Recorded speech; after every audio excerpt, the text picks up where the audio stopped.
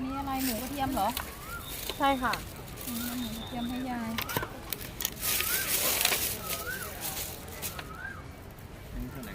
30 บาทจ้ะ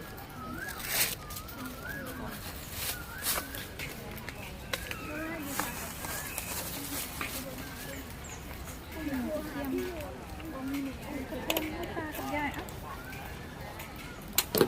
พี่เหมยเอาเข้าไหมอ่ะ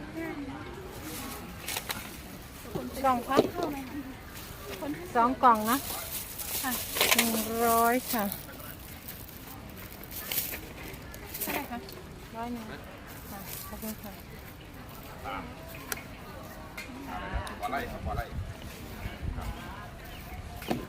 ไหนดีจ๊ะอันนี้นะ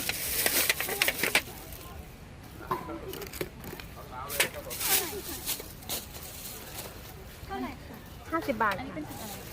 อันนี้คือผัดกะเพราค่ะ ผักที่ไหน